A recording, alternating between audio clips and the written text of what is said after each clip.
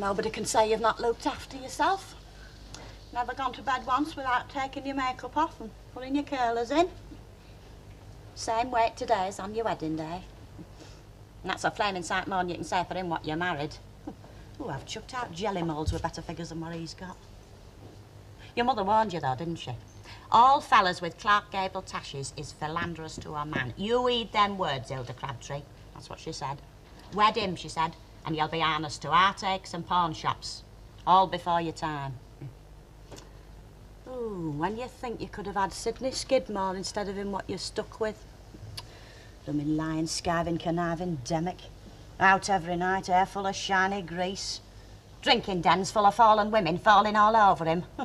Ooh, if I was a fallen woman, I wouldn't fall over him with a 10. You're a smiling morning, Hilda. Oh, morning. Morning. Very flattering mirrors, these, aren't they? Morning. It's a lovely day. Fresh. Fresh? It's about as fresh as last Friday's fish. It's freezing. 9 o'clock. Near enough to 11's. Coffee, Wendy? I'll put the kettle on. It's broad blooming daylight when you lot come to work. You're all in your beds when I start. That's when it's freezing. Oh, yes. You know, I often lie in bed and think about your early risers out in the cold, frozen stiff, old before their time.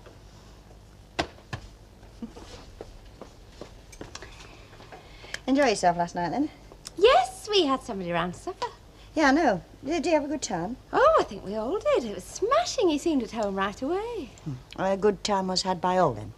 Plus a few, let's not leave it too long before the next times. Smashing.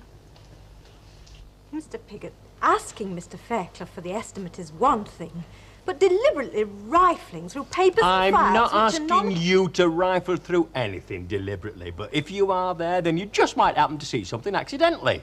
Accidentally on purpose was the phrase we used at school. In those days it was a euphemism for deliberately, and it's still a euphemism in the context in which you've just placed it. What did you have for breakfast? A dictionary? Now look, Miss Nugent, all is fair in love, war and drumming up a bit of business. I'm not asking you to cut his throat, you know. Aren't you? No, it's sound business practice, and them that don't agree, they went bankrupt at last evaluation but one. So I'm also being asked to bankrupt Mr. Fairclough and Ray as well. Friend Fairclough and his little Boy Scout will not go bust through losing one contract. Me neither. A quick cry in me beer and then right on to something else. Well, in that case, why on earth are you so anxious for me to go? Ego, love. I love winning. Butchering business, building trade, 3-card brag. And I've always shown my gratitude to them that helped me win. Like the well-known hymn says, you scratch my back and I'll scratch yours. So to the pair of you scratching one another's backs as a sight I'd go a long, long way to miss. Well, excuse me, Mr. Sharples. I've got a right day on today. It's a right day every day for you, as sort. One of nature's gems is Mrs. S. She sees right through me, she does. One of her vanishing breed, love. I thought you were about to do something like that. What does he want this time, Mr. Poor Pie Piggott? Like a blooming shuttle, in and out, in and out. Something's up, isn't it? In what way? Well, the way you're fiddling about with them snapshots for a start. You've had that one in and out of 3 different files while I've been here. Would you say the end ever justifies the means, Mrs. Sharples? Oh, I see. Piggott pops in to discuss points of philosophy with you. I'm being serious. Oh, I see. All right. Well, I reckon the end can justify the means.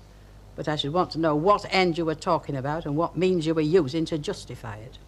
Yes. Well, am I going to get the full text? Oh, it's something and nothing, really, Mrs. Sharples, but you have been very helpful. Very helpful.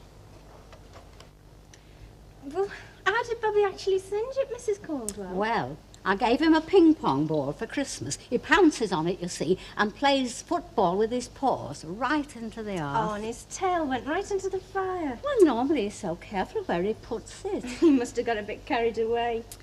I just don't know what you'd do for a burnt tail. Oh, perhaps if I were to wrap it up to keep the air off. Oh, well, I think that's as good as anything. Oh, thank you, Audrey. Well, I'll go and do that right away. Ta-ra, Dickie. All right. Oh, thank you, love. What's wrong, Mrs. Caldwell? You know that cat gets more affection than most human beings? Well, Mrs. Caldwell's got nobody close to give affection to except Bobby. And people need to give affection, you know. Right.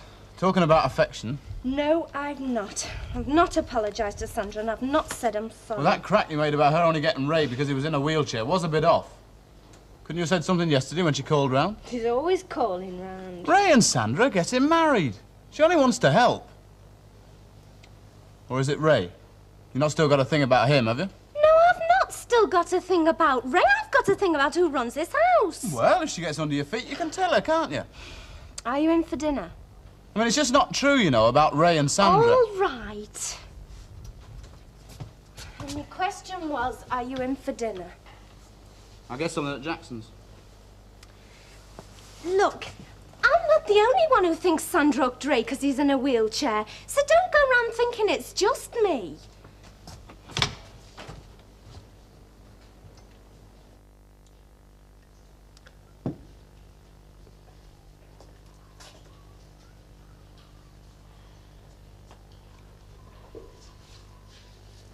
If it's being said, Ray, it doesn't really matter who's saying it, does it?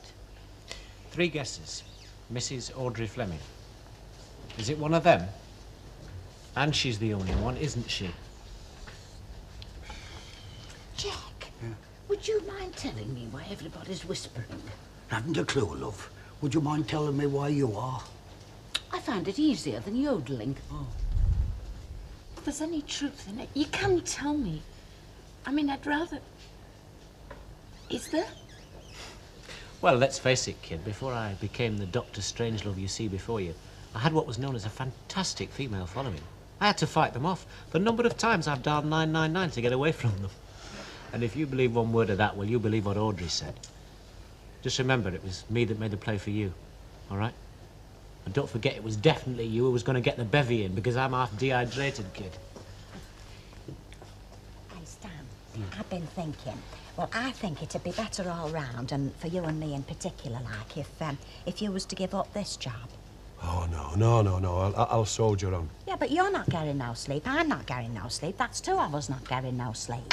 Oh, well, it's all right, you see. I've cracked it. I can get as much kip as I want. Eh? Yeah, there's ways around most things, you know.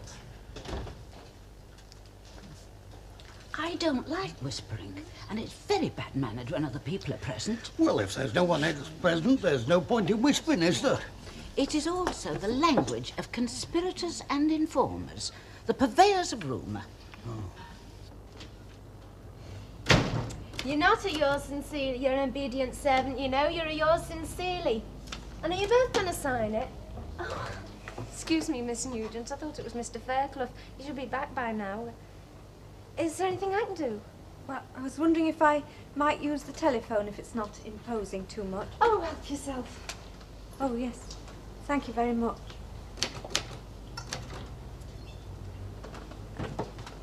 Oh, you mean private? Sorry. If it's not convenient, Audrey, I mean, if you're typing something important... Oh, it's only that contract thing. I've been typing it for hours.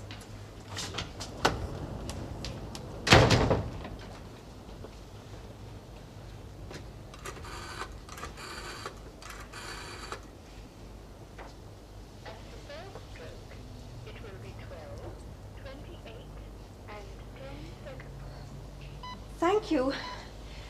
No, there's no message. I'll ring again later. Thank you very much.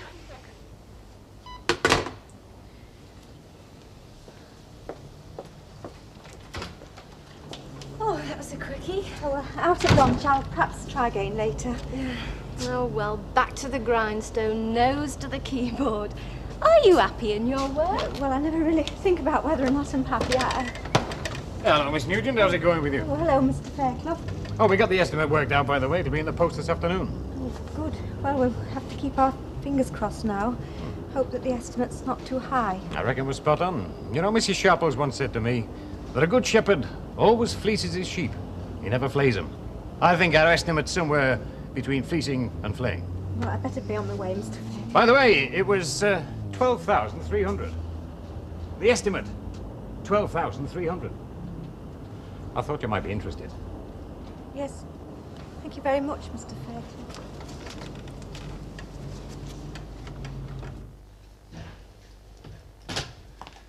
What time is Mrs. Walker's appointment?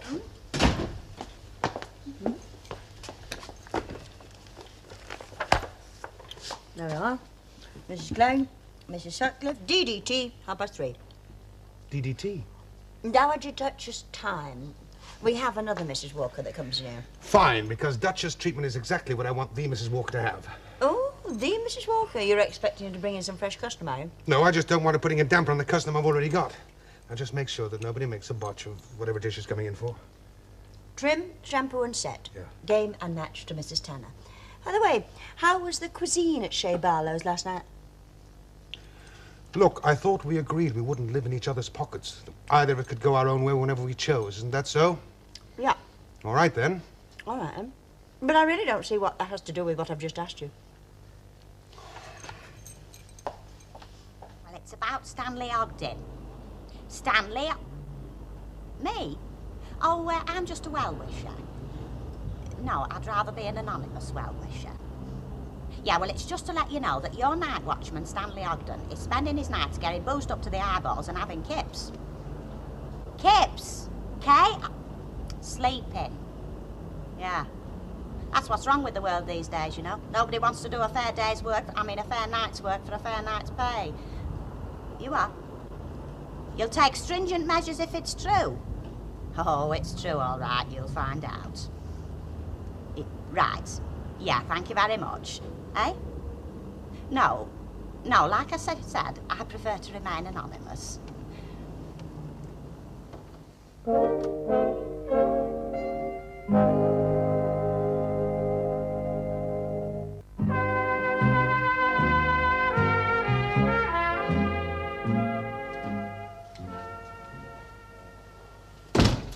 Oh, love. Do you remember the man who came to dinner? Vaguely. Yeah, well, he's come to lunch as well, bearing a bottle of Chateau Bessie Street off-licence Bordeaux. Probably bottled yesterday. Well, in this house, mate, that's the best vintage there is. You got an extra plate for Alan, have you? Oh, well, I think so. It's only meat and potato hash. You sure it's all right? Well, it should be. It's been in the oven all morning. Oh, she's fast, you know, when she gets her repartee rockets launched. Can you lay a table? You can't open a bottle of wine. I'll lay the table. Your boss has just been on the phone, wants to see you urgent. On the phone? Where? Here. Are you having me on? Cross your heart and... I'll cross out. He's waiting for you to ring back. Huh? Can I use your phone? Oh, go and help yourself.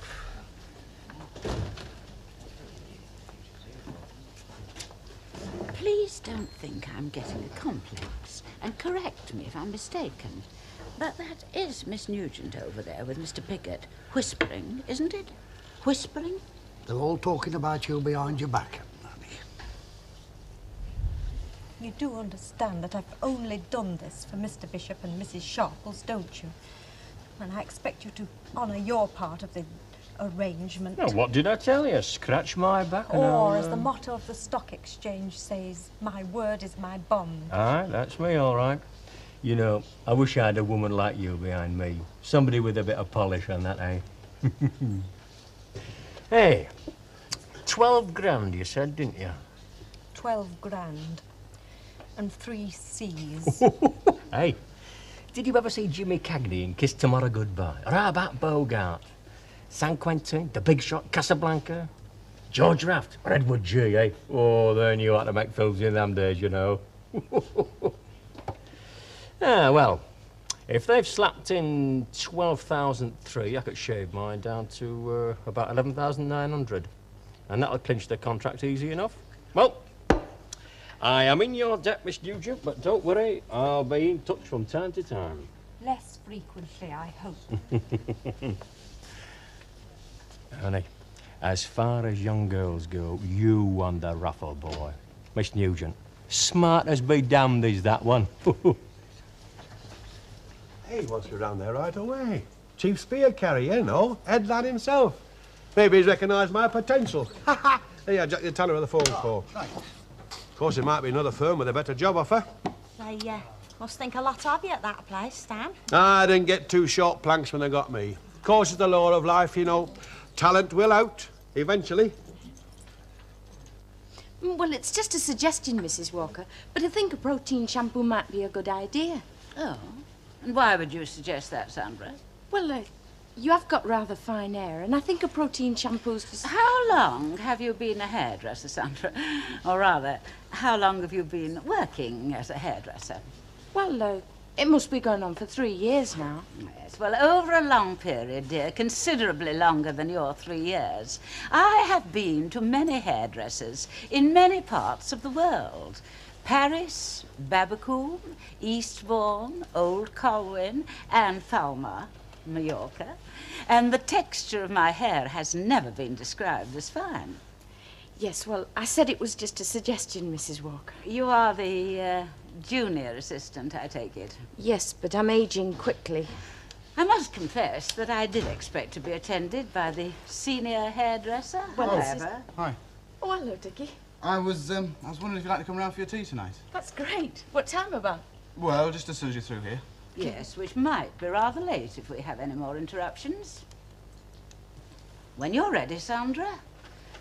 I have been ready now for some time. Know thyself. That's what Plato reckoned you ought to be able to do. Well, I don't mind telling you that what I know about myself is that I've got me limitations. In fact, far too many limitations all round. Your limitations, lad, don't hurt anybody, not even yourself. No, it's fellas like Piggott that hurt everybody around, and all us end up by being hurt themselves worst of all. It strikes me the Pigotts of this world are the ones that get the most of it and the best. The sin folk do by 2 and 2, they must pay for 1 by 1. It's as true today as ever it was. And that goes for Piggott, and probably the whole of this so-called permissive society sooner or later. You're flying in the face of the facts, Mrs. Sharples. I'm not interested in facts, lad. You can't eat 'em and they do nought for your soul. You see, in my lifetime, I have been witness to the virtual rejection of the Word of God. I've even lived long enough to see educated men on television seriously supporting sin of one sort or another. Sin in the eyes of our Lord. Perhaps. And what have they traded him in for? Films and books full of 4-letter words and folk with no clothes on. Drugs for dropping out when they get world-weary at 19 and 20 years of age. Selfishness like getting rid of babies if they're a bit inconvenient. Or selfishness by putting parents into old folks' homes. And finally, we've got hopelessness in place of faith. Not sure I can accept that, Mrs. Sharples.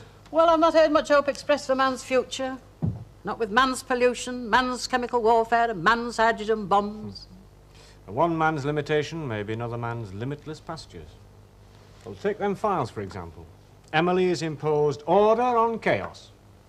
You're convinced she's about to work for Piggott, aren't you? Well, what do you think's going on? I don't know. I've tried asking. I think it's time you tried. Just the merest mist of lacquer, please. Auntie Elsie bought that. I don't know much about the practicalities of hairdressing, Mrs. Walker, but it seems that this particular lacquer contains a tint. It could affect your hair if ever it's been bleached at any time. Bleached?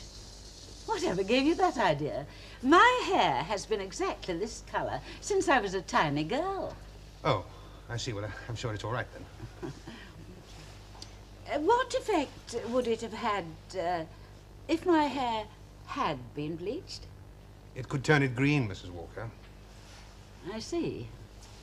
Oh, well, perhaps we'd better be on the safe side and forego the lacquer, having already foregone 1 or 2 other things. My bill, please. At least the bill is prompt. Well, it's considerably less than... What does it say there? Reduced rates apply to clients who have retirement age and over. Please present your pension book to the receptionist when making it. Oh. Perhaps, in your eyes, Sandra, my years of too fair to love, too divine to worship are well and truly behind me.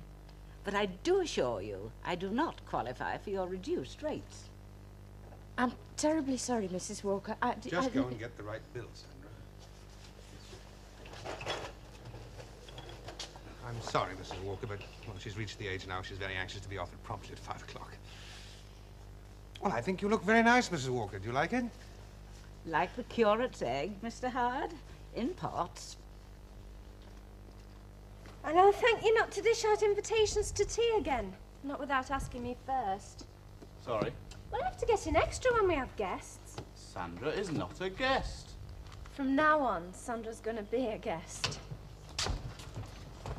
Do you know what I'm going to miss when I get out of this wheelchair? Mini skirts. You get a fantastic view from down here. Hello, Audrey. Ray. Hello, Sandra. Hello. You wouldn't like to give me a hand, would you? I mean, I've got something to say to you. About what I said about you and Ray. I shouldn't have said it, Sandra. It's all right. It is now. It's more than all right. Friends with me again. Friends. Well, I've been sacked a few times, been laid off, you know, but I've never been suspended before. Suspended? For how long? One night. One night? You know, Jack, I've been shot. Never. Some snotty-nosed snooper has shot me, I'll tell you. I thought we only had snoopers in our trade. Hey, I can't stomach folk like that. I'm going to ferret this one out. I've still got 14 stone of fighting flesh left. Well, why would I want to leave? Better prospects. But I've helped to build this business up. My present prospects are very good. Yes, but when I offered you that partnership, well, you didn't exactly give the impression of being overly excited. Pleased, even. Well, if it's still on offer, and if you don't mind a verbal acceptance for the time being. Partner? Partner. Oh, Emily, oh, honestly, you know, I thought you and Piggott were... I mean, I really thought you were going off to work for him, you know. Everyone a loser. He had a personal problem and he appealed to me to help. Bookkeeping. Anyway, it's done now. I'll have a large scotch, please, Mr. Walker. There's no to touch a good whiskey. Agreed. Ah, well, my pocket's not that deep, you know. I'll take your word for it, Mr. Piggott. Hey, give this lad a double whiskey and all while you're at it, Mr. Walker. Some for yourself. Half a glass of it will do for me, thank you, Mr. Piggott. Well, it's not as drafty in here tonight. Probably because Fairclough's not in. The wind when he opens his mouth these days. Oh, well, he's very happy, you see, at the moment, because him and Langton have got a contract for a new university. Hey, the contract is to put the plumbing in one of the buildings, and they haven't definitely got it either. I've just put it off my own tender. Same job. Oh, so it's between the two of you, eh? No, there'll be half a dozen in for it, but all the same, I'll get it. I'll bet out on that. Cheers.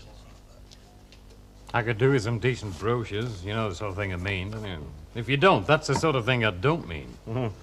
Oh, you need some photogravure stuff. You know, glossy paper, crisp print, clear pics. I've done quite a few in my time. Yes, now the trouble with Emily and me is that she is and I'm not. Emily, when you're a minute. That's a very polite way of saying right now. Oh, Emily, could you find Mr. Fairclough some examples of our photogravure work? You know, brochures, that sort of thing. Yes, of course. I've had a bit of good luck since I saw you last, love. I got a load of bankrupt stock this afternoon. Oh. About 80% of it is plumbing stuff. That sounds all right, Mr. Fairclough. You wouldn't chuckle, love. Brings the estimate down to 11,700. 600 quid down. That's more like it.